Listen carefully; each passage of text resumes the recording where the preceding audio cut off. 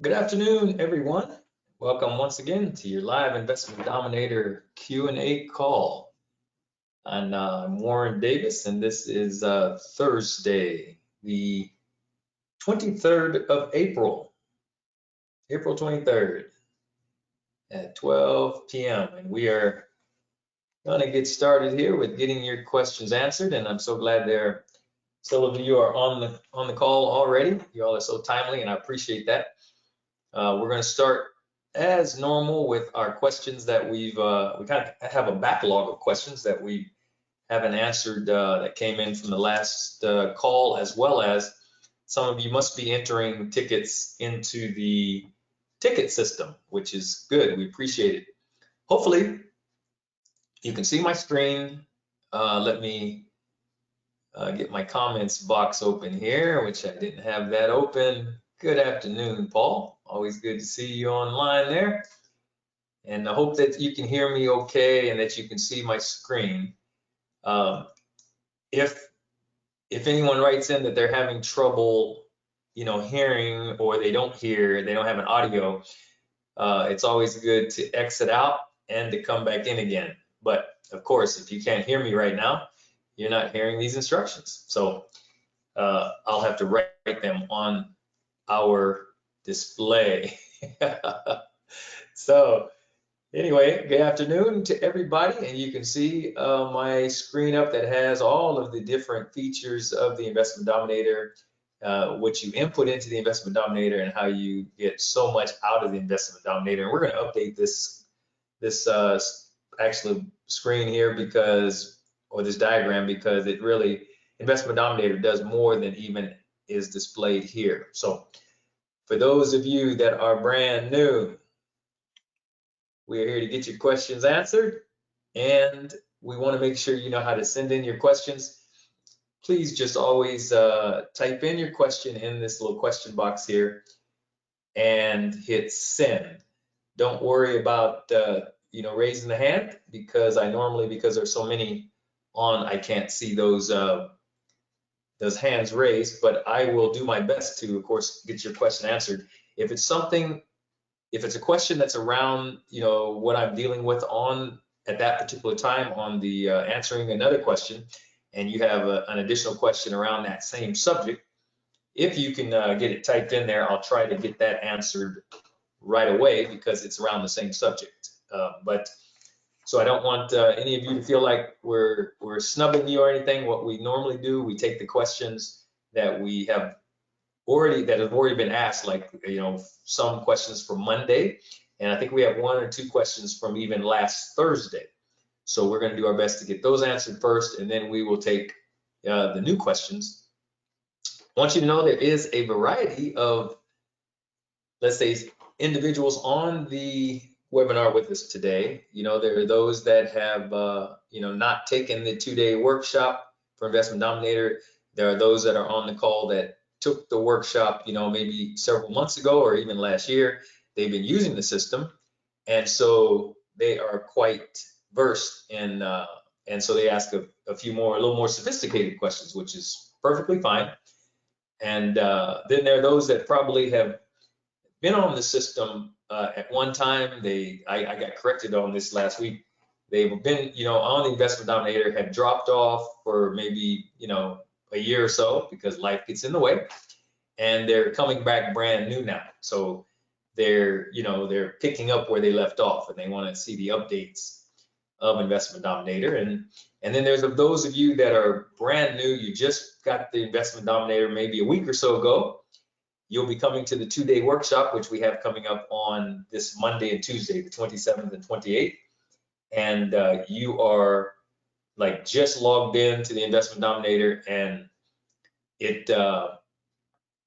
so we're going to kind of deal with all these different, we're trying to deal with all the different levels of individual that's on the call right now. We appreciate having all of you here. Appreciate you asking your questions. Don't want anyone to feel nervous about asking their questions. So we're going to get started here with our first question. And yeah, Paul, I see yours there, and I'm going to do my best. Okay.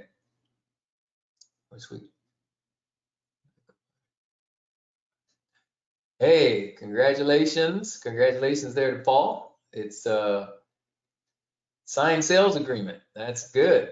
I'm hoping to do a double close the first week in May. And great, getting some buyers in line, adding to your buyers list. That's the way to do it. I tell you, that buyers list is amazing. You know, down the road, you'll appreciate it.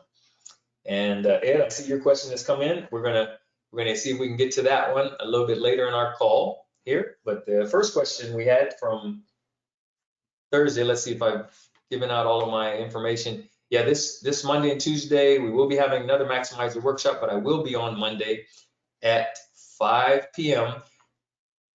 As normal. These times are based on Mountain Standard Time. Right now, Mountain Standard Time is the same as Pacific Time. So whenever you think you see the times of the webinars, because we had a couple of folks that didn't get to actually get online last week because I think they came in after the webinar time. But these are always based on Mountain Standard Time. So you can always just Google what's the current time in Mountain Standard Time. And it's be 5 o'clock on Mondays and 12 noon on Thursday. So we want you to, as many as possible that can join us. So let's get right into it here with bringing in our Investment Dominator screen to get some more questions answered. First question we have came from Angela on Monday, and how to upload a list to Investment Dominator that may come from a VA. And that's a very important question. Importing is always a big deal, especially with a lot of folks that are just joining us in the Investment Dominator. So the first thing I'm going to do, Angela, is just so that you know the right format. You go up here under Help, and it's very simple. Search our user guide and type in import.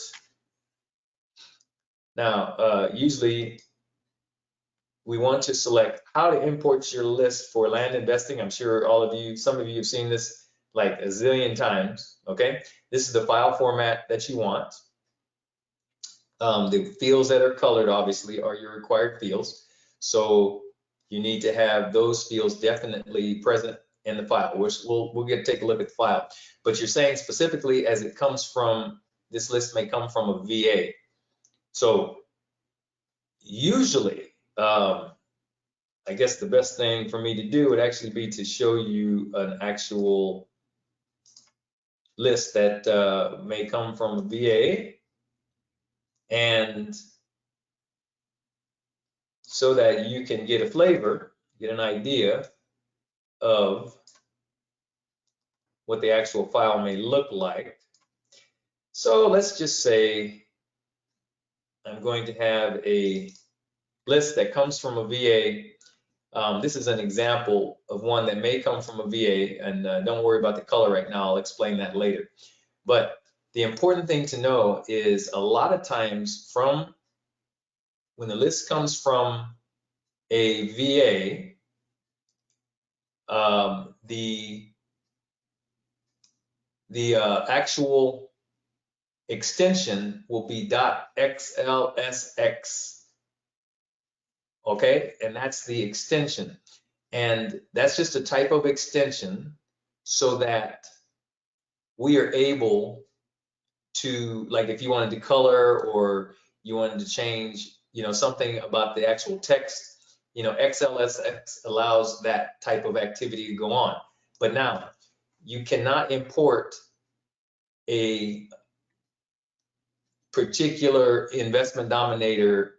So this is the way it would come from the VA, but you can't import this. You can't, even though the fields look correct, you cannot import this file. What you have to do is you have to come here and you have to save as, and usually we just take the number of records that we want to, let's say if we want to copy in 500 records, I usually take 500 records, I copy it into a blank.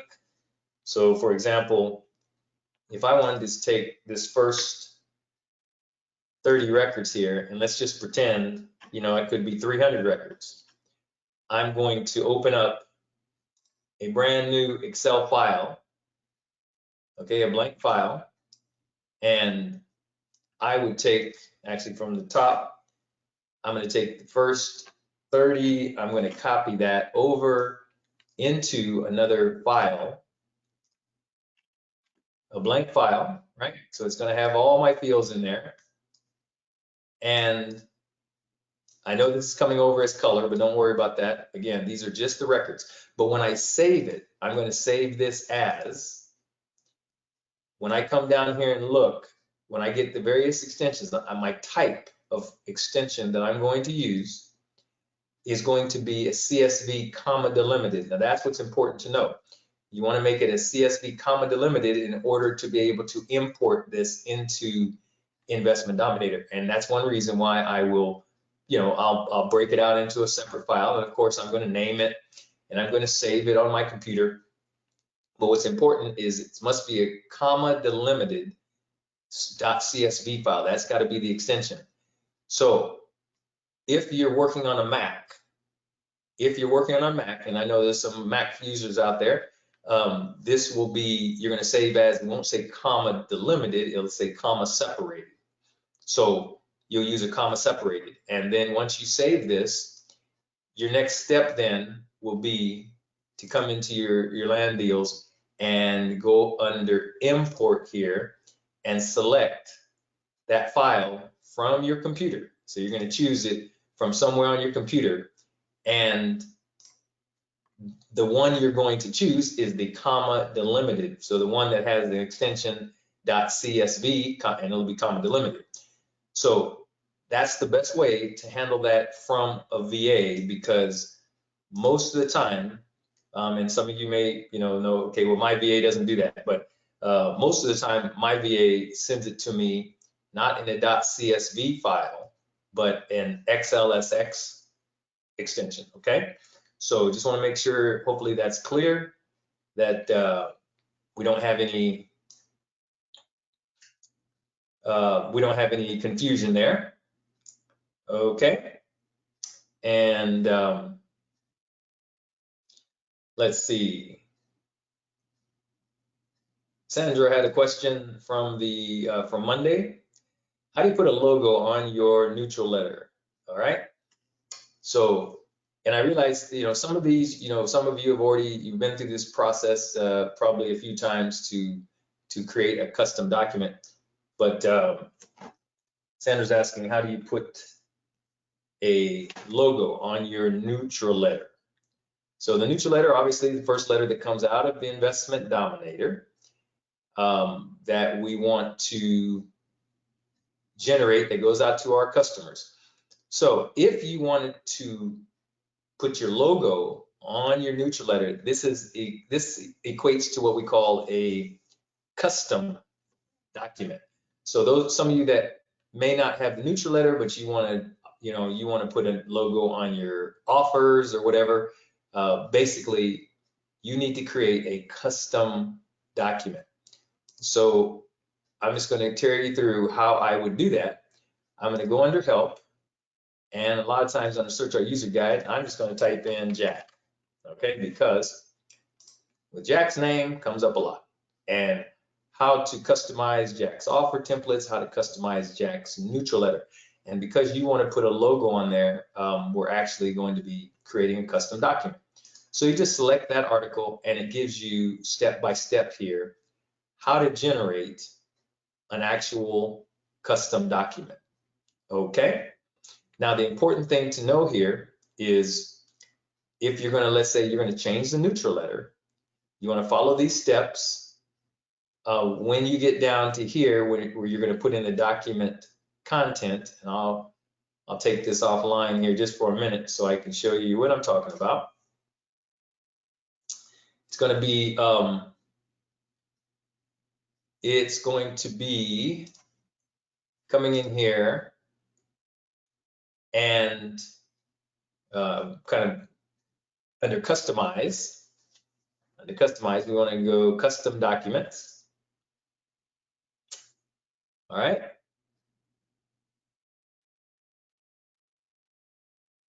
Okay. Okay. So we want to add a document here. Okay. And once we add a document, we're going to say is going to be for land only. And when I go to document type, I'm going to choose both. Now there is I think there's an article or two, or there's some, I've already may have demoed this in another file. So if you talk about, you know, creating a custom document, you'll get a lot of, you should get another recording of exactly with a video of how I created a custom document. And we'll just say, you know, Sandra's custom neutral. Okay, we're going to call it that. Status, obviously, we're prospect. Status, don't worry about portrait. You're not going to insert any of the merged fields. Now, when it comes to this document content here, this is where it gets important. What you want to do, this is actually a link because it's going to bring up the content in HTML of this specific neutral letter. So you select that and you see you have this HTML code. Well, we don't expect you to know how to generate HTML, but we do want you to copy all of this. So you just hold your left click down on your cursor, or if you don't have that, you might have to do a Control key down, and A selects all of it just the same. So then you do a Control C to copy. You want to copy this particular information. Okay, and we're copying it, this information, we're going to bring it into this document content, but you want to hit this source first. You hit source so that it disables all of this HTML, these HTML functions, right? So you're just going to copy it in. Now you do a Control V as in Victor. Control V to copy and paste, to paste all of this in, okay, because we've already copied it. So now you have your HTML. We don't expect you to modify this. So you come up here and you hit source again, and you see it puts it in a more readable format there. That's your neutral letter, basically. Okay, so right here, let's say if I wanted to put my logo right in here, I have to already have my logo on the system, and you want to remember your logo has to be a certain width. I think it's like 54 pixels high and 119 pixels wide, something like that for your logo. But your logo has to be able to fit within this particular area, right? So then we can go out and we can pull an image, right? Because now that we've got all of these enabled, we hit source again, so it enables all the HTML functions that we can go out, and I think you can hit image. Now we want to upload that to our server, our Investment Dominator server. So we hit this upload. So we've got to choose it wherever it's at on our system, and right now I think mine is located. Okay, so you see I've got all these different logos, right? So your logo could be obviously your company logo. That's got to be able to fit. Let's just go on and pull this one here with the blacks and any of these logos that you see. Your logo must be a PNG or a JPEG file extension. So it's got to be .jpg or .png, either one. All right. Let's pull this one in. So I just selected that. Now, once I bring it here, I'm not done. See, a lot of folks miss this step. They go down and they hit OK, and they think, okay, well, it should bring it in. But you have to send it to the server first. So we've brought it into a buffer area within Investment Dominator, but now we're going to actually send this image to our Investment Dominator server. So we're going to left click on that. And as you can see, it brings it in. Now, once it's in, of course you can play around with the height of it. to make it smaller or larger, but let's just hit OK. And as you can see now, it brings that right into my document. So that's usually where you might put it, where you have some space. And then the rest of the, make sure we know the rest of the commands that we want to put in here. Let's see, we want to say this is a label. The rest of this can be yes. We allow export data, we allow bulk update, and per each property, of course, we'll lay that. And we can say our next status would be mailed letter 1. And so now when I say add this, it's going to create a custom neutral letter. So I add this, and you should see, I have a few custom neutral letters in here, obviously a custom documents. I think it's going to place it right at the end. Here it is, Sandra's custom neutral letter. So thanks to Alex and his infinite wisdom there, or not infinite wisdom, but his wisdom, we can do a document preview here. This is a really cool function because the way it used to be, you had to go all the way back into your land deals records and you have to bring it up to see what it looks like. Now we can preview it after we just created it here. So this is a preview of your neutral letter. And there you have with your particular logo on there. Now, the great thing about this is we've got that example there, but it doesn't have to be just a logo. You can actually bring an image or a picture, a little picture. Some folks have pictures of their husband and wives, or some pictures of them skiing or whatever. They put on their they customize their documents. So you have now created your custom document with your logo on it. Of course, now when it comes down to actually seeing that document and seeing it on, let's just say I select this prospect record here, which actually it would actually be in mailed letter 1. No, it's neutral letter, so it's going to be in prospect status. And let's say generate documents. So I can't look for it here because this is the built-in neutral letter without any modifications. I've got to always look for my custom documents in this custom template area. That's something else that folks make a mistake. They say, oh, well, I changed the neutral letter, but they go in here and look and they don't see their custom logo on there because we customized the document. So this now brings up a list of all your custom documents. See right down here, Sandra's custom neutral letter. So when I open this particular neutral letter, as you can see, and as soon as I enable editing, it brings in the version of that neutral letter that has my logo. This is kind of a large logo, so we have to adjust so that it's all fitting on one page. But you can see the idea is where you would look for it in this list when you get ready to produce or to print that particular logo. All right, let's move on from there. Hopefully that gives you an idea, Sandra, how you would actually change your document so that it brings in your neutral letter that has your custom logo on it. So we had a question with regards to, I think, the last demo I did here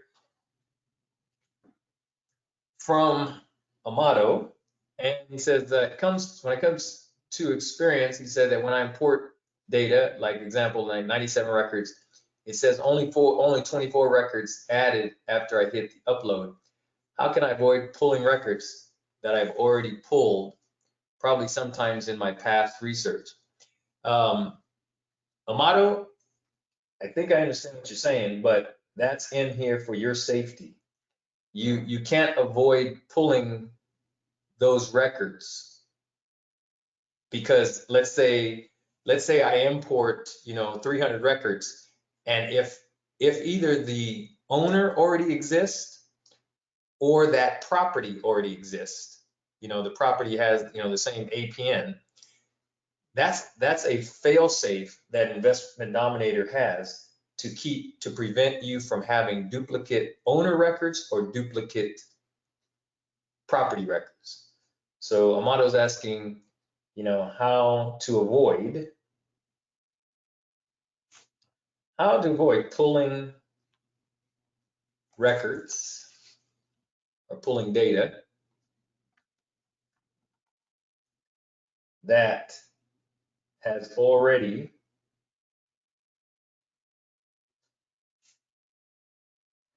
been uploaded in the past. Okay. So you have to understand the way Investment Dominator works. First of all, we have property ID records. Now that's in one database. Think of that being one complete separate file. Then you have an owner database. So that's a separate database with all of our owners that are within the Investment Dominator.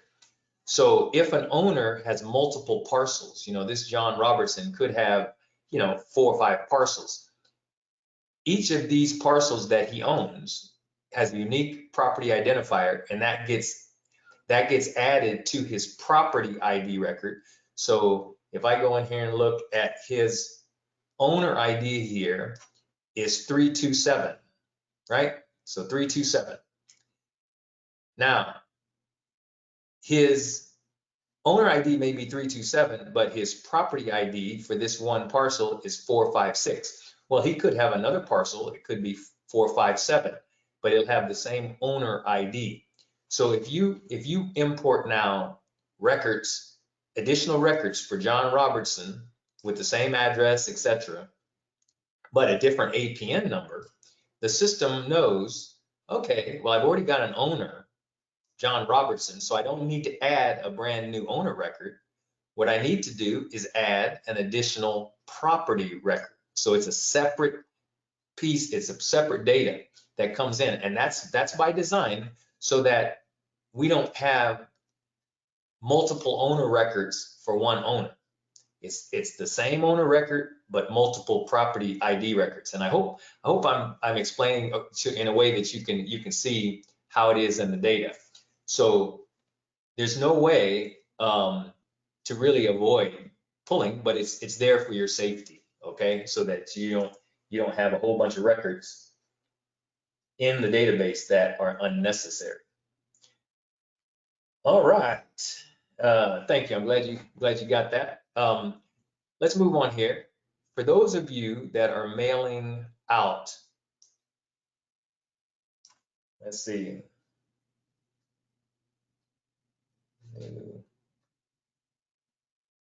Okay, we have a good question here from, let's see who asked this question. Oh, Elda asked this question on Monday. And Elda's asking, for those of you who are this is for those of you that are mailing out your own neutral letters. So Elda said she just finished importing her list into Investment Dominator. Okay, so just imported a list. And when I'm getting ready to input the addresses into the envelopes, do I use labels? Yes. Should we use labels? Yes, Elda. I would really encourage you to use labels. It's easier, and I use the peel and stick ones that can go on your letters going out, so it looks more professional. And if you want to know the size of those, they're usually 2 for the owner's address, name and address. We use 2x4 size. I'm going to call your attention to a location in your Investment Dominator. Come under Help, search our user guide, and type in the word resources. Okay, so Help, search our user guide, type in resources, and this is going to bring up a series of, we have a couple of articles here, but we also have this main article. What printing supplies and resources do we use with the Investment Dominator? So left click on that and it'll show you the different printing supplies and the sizes that we use. And here, this is exactly what we use. We use a 2x4 labels for our offers. We have ITI or letterprinting.net print out all of our actual neutral letters. But if you're doing your own neutral letters, you want to use a label like this, especially for your owner's name and address information, because it gives plenty of room. And those are the resources. And again, I was sharing on the call that we had just on Monday and Tuesday. We get these at Walmart, these Avery labels, and get them at a pretty reasonable price. So you can shop there, or maybe if you have access to a supplier of that kinds of office equipment or office supplies that can give you a better price, go for it. But that's those are the sizes that we look at for our resources, okay? All right, we'll get rid of that one and we'll get rid of that. Okay, very good. Hope that gets you a little insight there. And Abner was asking a question from Monday. I don't know if Abner's on the line, but this has to do with the domains. Do we need 3 separate domains for our sites in Investment Dominator? And that is absolutely not. No, you don't need 3. A lot of folks think they get a little confused. Let's see if I use this account here. They get a little confused. They look under websites and they see, you have a buying site, you have an opt-in page, and you have a selling site. So they think they have to have 3 different domains for each of these. And actually, you're only using a domain for your buying site and use another domain for your selling site. This opt-in page, that if I were to execute that, okay, it comes up here so that people can type in their first name and their email address and you opt in. That opt-in page is actually associated with your selling site. So there's no need to have a domain for that since you've already got a domain for your selling site.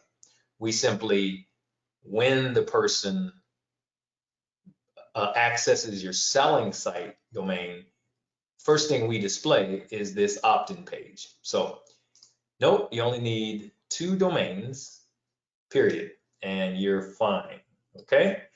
Hopefully that gets you, relieves a little concern on your part, Abner. Now we're gonna get into a little demo here. Shanice has asked this question. I think this is one from last Thursday. So Shanice is asking, what if I want to get the property address? And Shanice is speaking specifically property address or the latitude and longitude. Okay. Because the county she's working does not supply the GPS coordinates. And that's not uncommon. GPS coordinates. It's not uncommon, but let's just say if I was working, let me go back to my account over here. And I think I want to set up a one that I was hoping would work for us here. Okay, so if I have a record and I'm, it's probably going to be under pending preliminary research. So I'm just going to use this as an example so that we can see. If I'm editing this record, it, like I say, usually when I'm at this point and I'm trying to get address information, GPS coordinates, whatever, I'm probably doing some research initially to determine what I want the offer to be. So it's probably under pending preliminary research, but we can leave it under prospect for now. But the important thing to note, her question is, see right here, she's trying to get the property address for the latitude and longitude. She's got nothing in here right now. All she may have is a picture that comes from the county. And I'll give you an example of what I'm talking about here. Let's go into good old NetR Online. We'll choose one in Florida. So I'm going to find my counties in Florida. Let's gonna go up here under Lee County, and I'm gonna go right into their GIS. And a lot of times in the county, now there are some counties like Lee that give you, they're real nice, they're good counties, and they might give you some site addresses, but a lot of counties don't, and all you're going to have is an image of the particular parcel, and we're going to pretend that's what we've got here. We're just going to get the picture here. Let's see, 3, 5, and the street.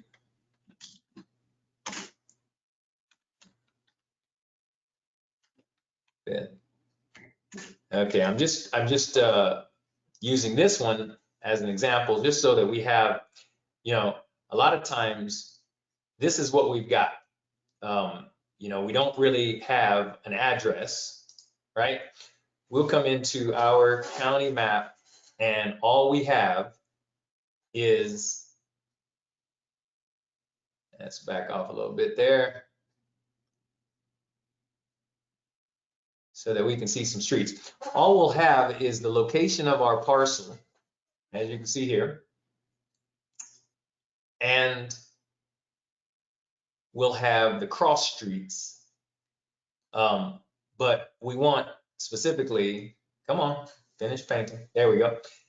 We have cross streets, and we know where our parcel is, but we don't have the GPS coordinates.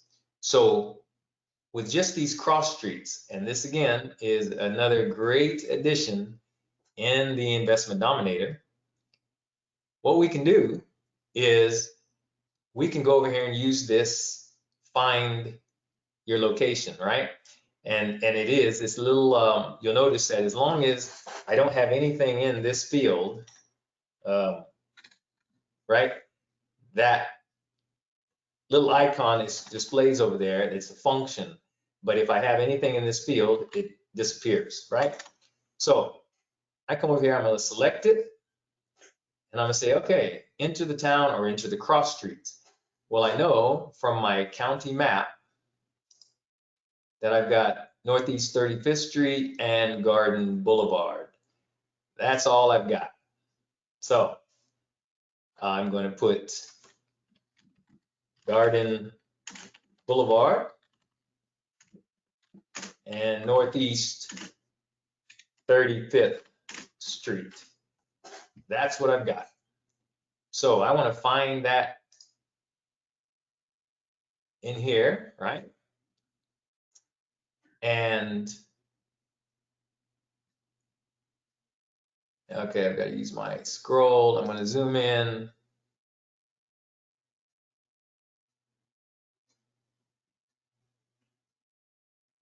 So here it is, Garden. So I'm going to zoom in a little bit more. Okay, so here's my Garden Boulevard, and here's my Northeast 35th Street. See, that's the beautiful thing, Investment Dominator. So just from finding cross streets, it puts me into a map location, and all I have to do now, we already know that this is our parcel here, right? If you look at the county map, it's the second one here. That's our parcel. So all we do is left click to save the pin, right? And now we're going to come down here and say save pin location. So we save the pin location and we go down to our record, and there we have our GPS coordinates. So just from having the county map, a picture of the county map, and we have a couple of cross streets, which you normally will have this, at least on the county GIS.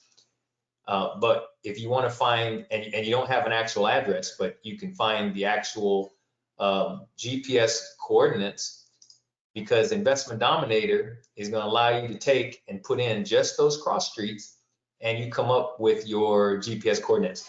Now, your customers that have phones will appreciate this. I always try to actually get an address for those that don't know how to use their phone, don't know how to put in the GPS coordinates, if you can. And then I will list it on this record as and I'll say 2325 Northeast 35th Street.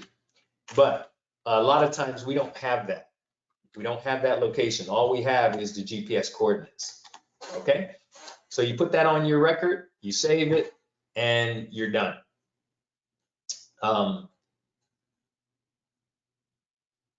Yes, Amato is asking, can we watch this? Can we rewatch this? Yes, later. I will. It usually takes me a couple of days. I have to, I have to send in my questions to the office, and what they do is they process the file. They give me the video file of it, and then I post this on the websites on the in the Investment Dominator. Okay, you go up here under help and weekly live Q&A trainings, and then you go back to click all the replays. These are all the replays. So as you can see, I still have to post 420, and then I will post 423 here. It'll probably be up by, I want to say, end of day Saturday, or at least, well, probably end of day Saturday, because I have a workshop on Monday and Tuesday. So let's say by end of day Saturday. So yes, Amato, you can go in and look at this. Again, you can rewatch this and you can slow it down many times as you want. Okay? And rewatch any procedures. Yes. In ID. Okay. So check that out at your leisure, and hopefully it will help a lot of you to be able to keep your records, updated with the most current GPS locations.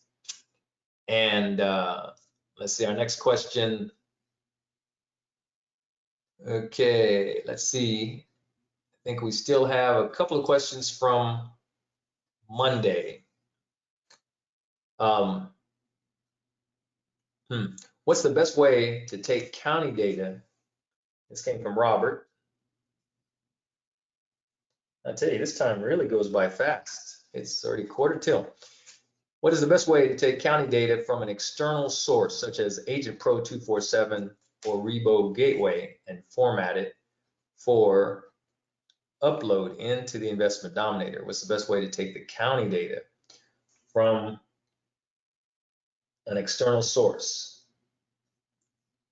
Okay.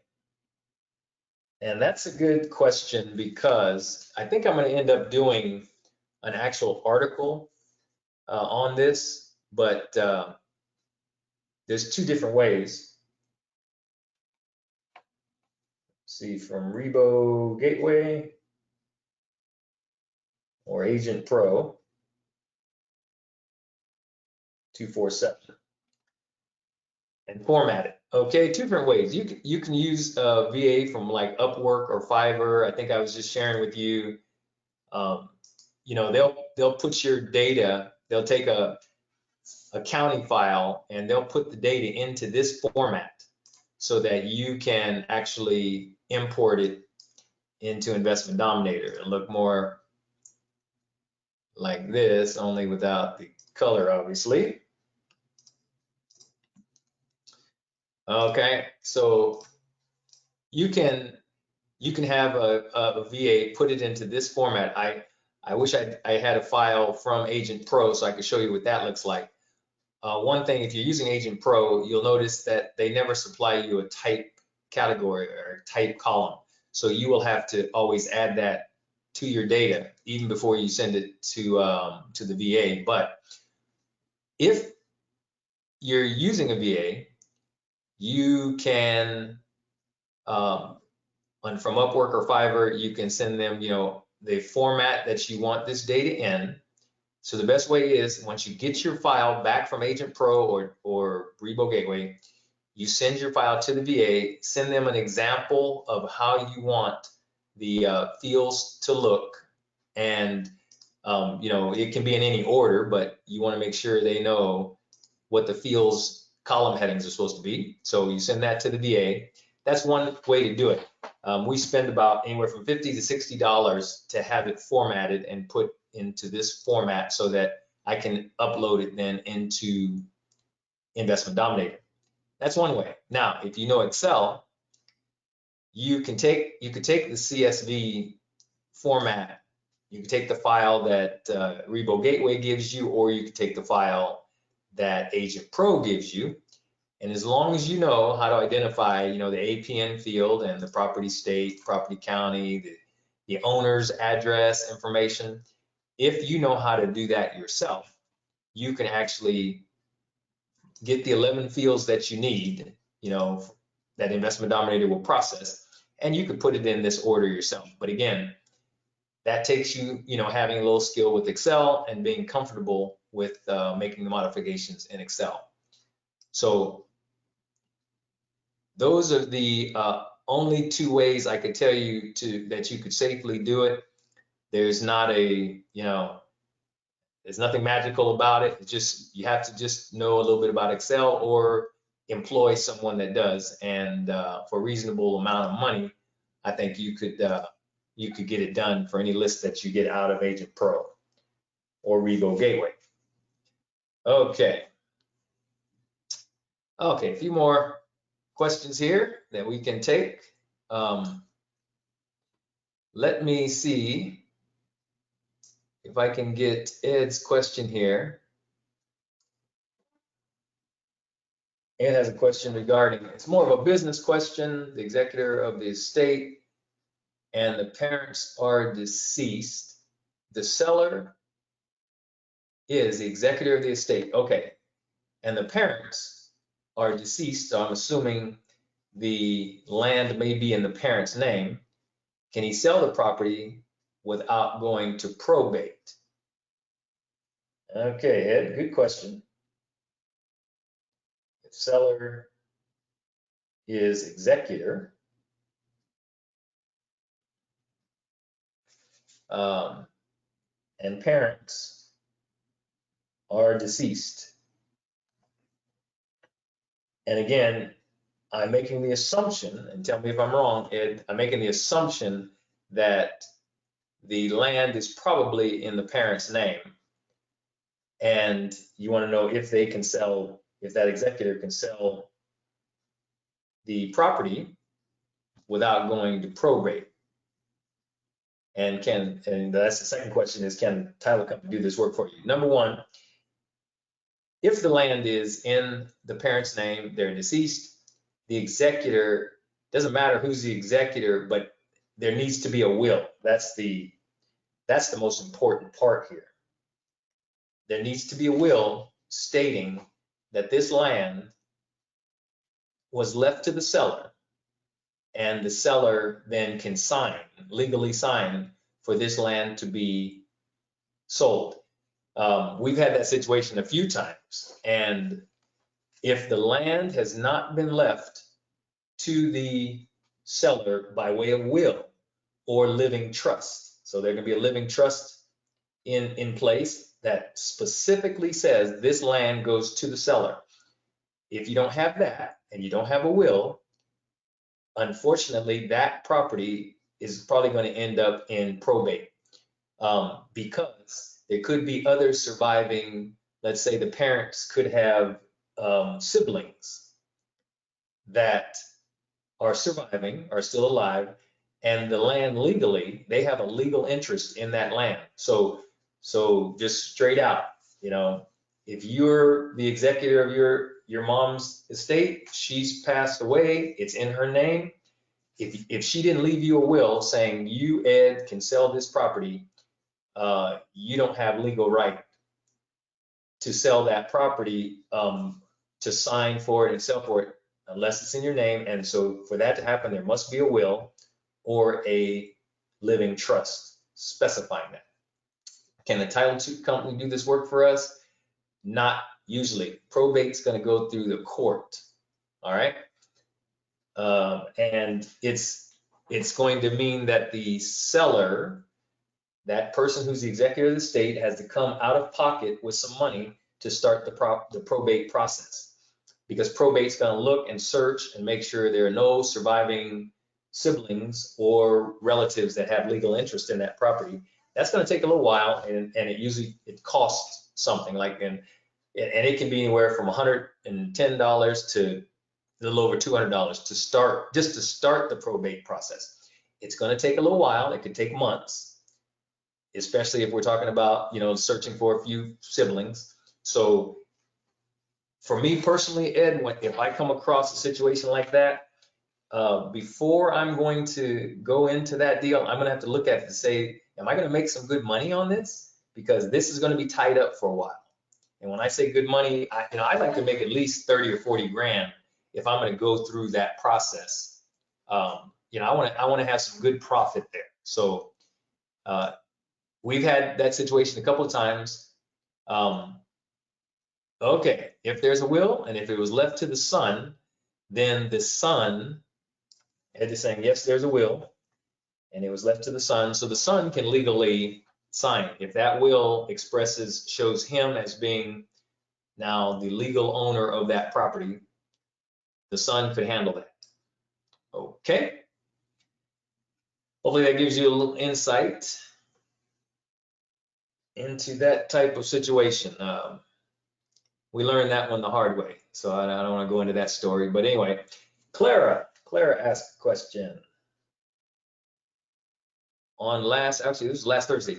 What's the best Ring Central phone system? Okay, the best Ring Central phone system for a beginner, for new investors. Okay. In my opinion, this is my opinion, Clara, I would, the company information, you have, your phone system, you have your company phone, you have your offer phone. All right. And you have a selling site phone. In my opinion, for a beginner that's starting to just get into the land business, there's a 1 number, 2 extension, or, it's 2 numbers you can get. And let's see if I can find mine that looks like, okay, something like this here. This is what I probably recommend for a brand new investor.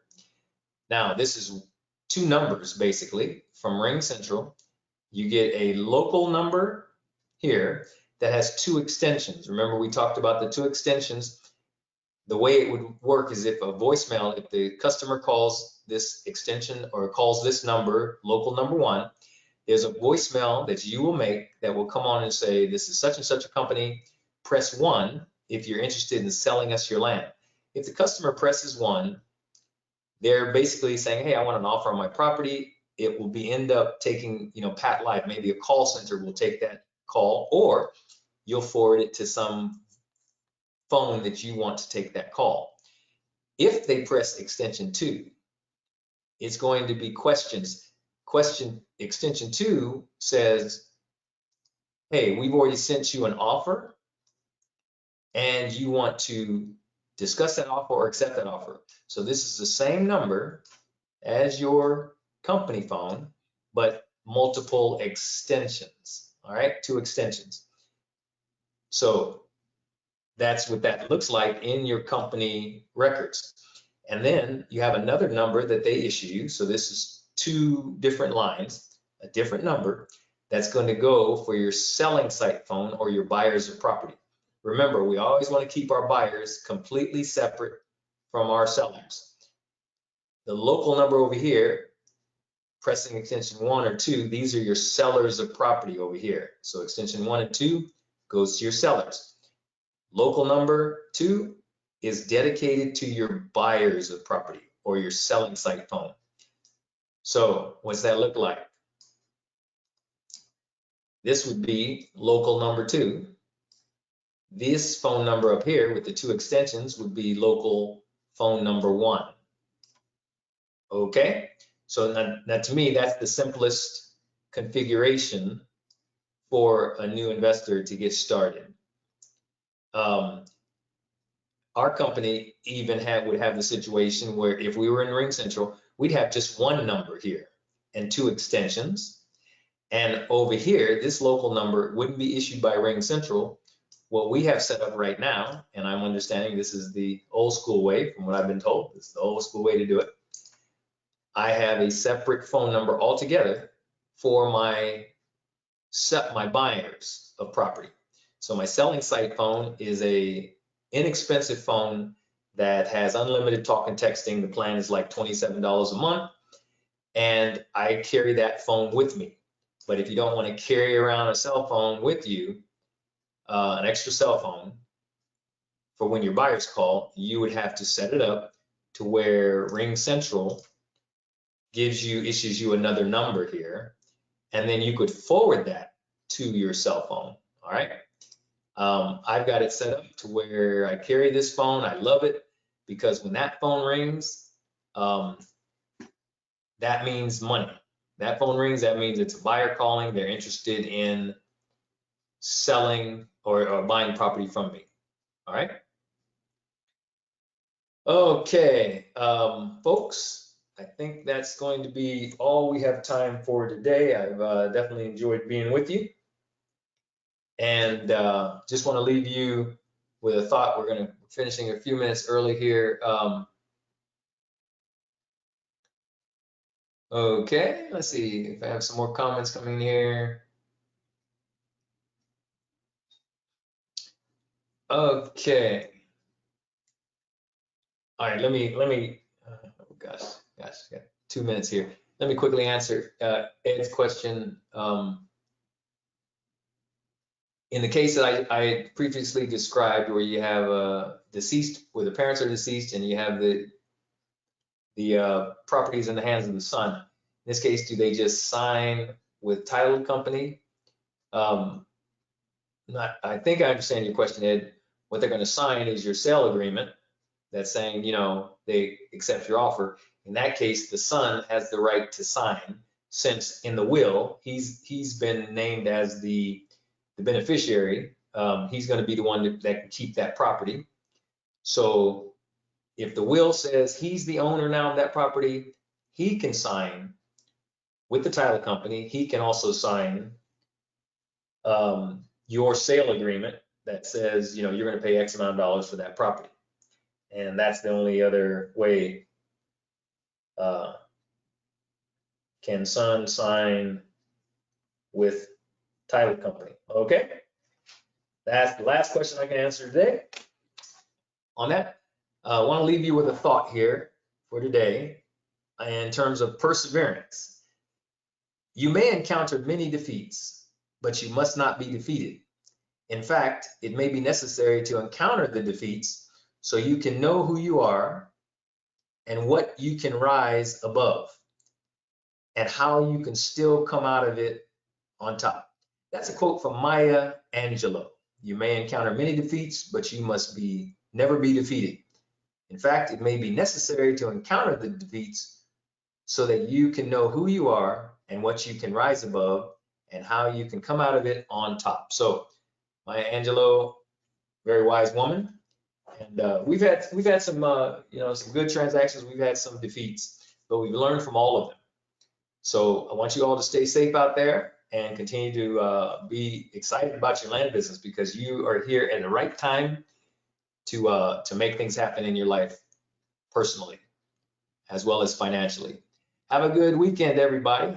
And hopefully those of you we will see in the workshop on Monday morning, 8 o'clock. Take care now. Bye-bye.